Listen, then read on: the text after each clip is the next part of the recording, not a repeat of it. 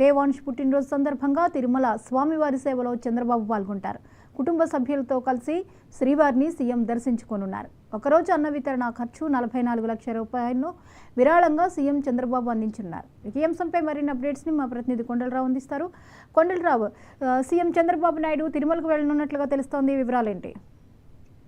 జ్యోతి, ఏదైతే ఈరోజు ఆంధ్రప్రదేశ్ ముఖ్యమంత్రి చంద్రబాబు నాయుడు తిరుమలకి వెళ్ళనున్నారు.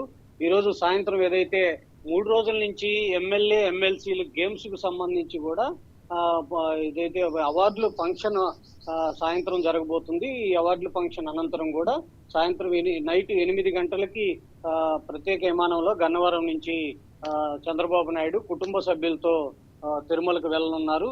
ఏదైతే రేపు చంద్రబాబు మనవడు దేవాంశు పుట్టినరోజు సందర్భంగా తిరుమల స్వామివారి సేవలో చంద్రబాబు కుటుంబ సభ్యులు పాల్గొంటారు. ప్రతి సంవత్సరం ఏదైతే దేవాంశు పుట్టినప్పటి నుంచి కూడా ప్రతి సంవత్సరం తిరుమల కొండపైకి వెళ్ళి శ్రీవారిని దర్శించుకోవటం ఆనవాయితీగా పెట్టుకున్నారు. ఈ ఆనవాయితీ ప్రకారం ఈ రోజు సాయంత్రం తిరుమలకి చంద్రబాబు కుటుంబ సభ్యులతో చంద్రబాబు, భువనేశ్వరి, బ్రాహ్మణి, ఏదైతే లోకేష్, దేవాంశ్ వీళ్ళందరూ కూడా ప్రత్యేక విమానంలో ఏదైతే గన్నవరం నుంచి రేణిగుంట ఎయిర్పోర్ట్ కి చేరుకొని అక్కడి నుంచి తిరుపతికి బయలుదేరి వెళ్తారు. ఈ తిరుపతిలో రేపు ఉదయం దేవాంశ్ పుట్టినరోజు సందర్భంగా ప్రత్యేక పూజలు నిర్వహించి శ్రీవారి సేవలో పాల్గొన్న అనంతరం ఏదైతే ఒకరోజు అన్న వితరణ సంబంధించి కూడా 44 లక్షల రూపాయలు విరాళంగా ఇవ్వనున్నారు. అనంతరం ఏదైతే శ్రీవారి అన్న వితరణ కార్యక్రమంలో పాల్గొని ప్రత్యేకంగా